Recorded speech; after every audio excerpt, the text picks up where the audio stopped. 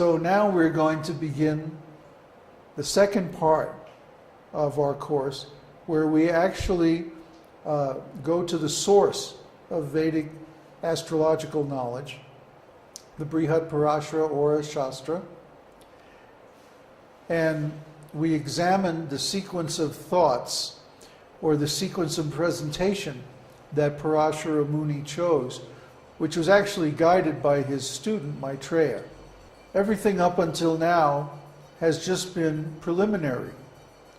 Well, why did we go through all that astronomical knowledge and the calendar and all that stuff? Because it's preliminary knowledge to the actual study of Jyotish itself. Without that background, it would be very difficult to understand what Parāṣara and Maitreya are talking about in BPHS. So let's take a look at the first shlokas. Offering his obeisances to all-knowing Maharshi Parāṣara and with folded hands, Maitreya said, O Venerable Maharshi, Jyotish, the supreme limb of the Vedas, has three divisions, Horā, Ganita, and Samhita. Among these three divisions, Horā, or the general part of Jyotish, is most excellent. I desire to know of its glorious aspects from you. Be pleased to tell me, how is this universe created? How does it end? What is the relationship of the animals born on this earth with the heavenly bodies? Please speak elaborately. Well, he sure did. I'll tell you. You'll be amazed at some of the elaborate explanations that Maitreya gets out of Parāṣara Muni. First of all, who are Maitreya and Parāṣara? They're not just ordinary people. They're great Vedic sages. And the history of Parāṣara is given. There's not that much information on Maitreya, but we know a lot about Parāṣara. Parāṣara is a very special character. Some people say that Vaishnavas aren't supposed to be interested in astrology, that it's not part of our studies, that it's some kind of a distraction. And we generally find that the people who say this are people who aren't very knowledgeable in the Vedic tradition. Because the Vedic tradition says that Jyotish is the eye of the Vedas. Well, what does that mean? It's just like a blind man. A blind man may have heard about a famous place. What's a famous place here? Like the big palace downtown? You know?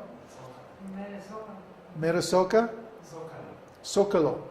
Yeah. There's a huge palace in downtown Mexico City where the president lives and the government meets and everything. It's famous. All the tourists go there. So a blind man may have heard about this place, but because he can't see, he can't actually visit it. He can't actually see it for himself. So similarly, people who are inexperienced in spiritual life, they may have heard about the deep knowledge of the Vedas and the ability to predict the future and certain things like that. But they've never seen it for themselves.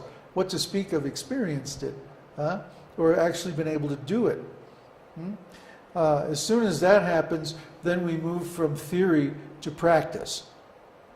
So you could say that Jyotish is a way of putting the Vedic theories into actual practice so that we can experience these things. We can read about great sages with mystic powers and spiritual vision and all that, but what would it mean to have spiritual vision ourselves? Well, astrology is a way that we can use the rational part of the mind to access knowledge that is normally hidden. That we can see things that we normally can't see. We can experience things that are normally not experienced by us.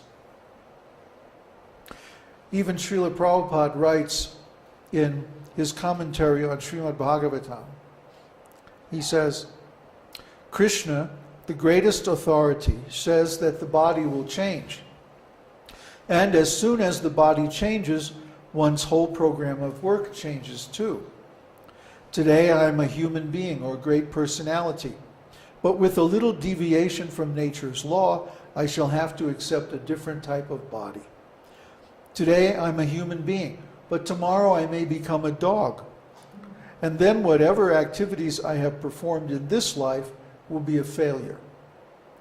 This simple truth is now rarely understood, but one who is a dhira can understand this.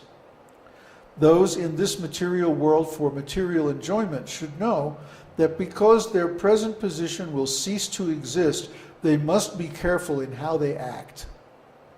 This is also stated by Rishabdev. Na sadhu manye yata atmano yang asanapi kleshada asadheha. Srimad Bhagavatam 5:5-4.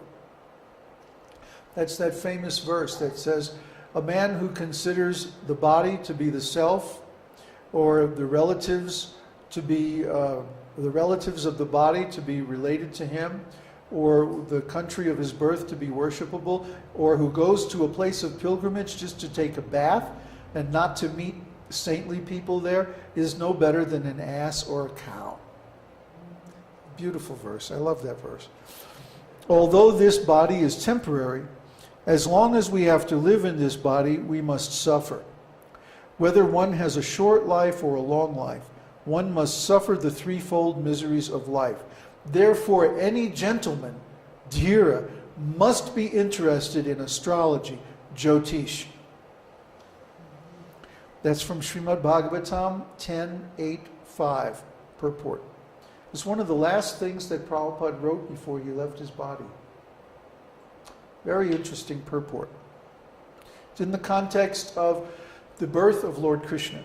When Krishna appeared on this planet, Nanda Maharaj called Gargamuni, an expert astrologer, to tell him basically what was going to be the activities of his son's life. So Gargamuni, of course, was complete in transcendental knowledge. He knew who Lord Krishna was. So he said that in his previous life, this child was a great warrior, and because of his pious deeds, Lord Rama, and because of his pious deeds, he's now taken birth in a cowherd family. Now, cowherds are very exalted because they take care of the cows. They protect the cows. So anyway, there's a lot of tongue-in-cheek transcendental meaning in those verses. But astrology was an important part of Vedic culture. Nobody would really do anything important without consulting an astrologer, especially family matters such as children, marriage, and even creating children was done according to the indications of astrology, because the child should be conceived at an auspicious moment. So Jyotish is considered the eye of the Vedas. So they give, Jyotish knowledge gives practical knowledge of the absolute truth. We may have theoretical knowledge that one should be always mindful of the results of one's activities. But what are those results? How can we actually know what is the result of a specific activity? Through astrology. We can see through astrology when is the best time to do certain things, and we can also see what our weaknesses are and how we can avoid them. And we can also see the influence of other people and how that's going to affect our life. Have the first teachings on Jyotish been revelations, or have they been concluded by sages according to their observations? Both. We're going to cover that in just a few minutes. Revelations by Krishna or incarnation of Krishna? Well, basically, Parāṣara says that the knowledge that he has about Jyotish was handed down by Lord Brahma. And of course, Lord Brahma is the originator of our lineage, our sampradaya. That's why it's called the Madhva Brahma Gaudiya Sampradaya. So the Brahma Sampradaya is one of the four major lineages of the esoteric teaching. The other ones are the Rudra Sampradaya, the Shri Sampradaya, and the Kumara Sampradaya. So there's elements of both revelation and observation in Jyotish. Certainly, especially the later Jyotish writings are more based on observation and experience. But they're all derived from the original Vedic revelations on astrology. So, let's take a look at the different parts of astrology. The 6 angas, or limbs, of Vedic astrology are Jataka,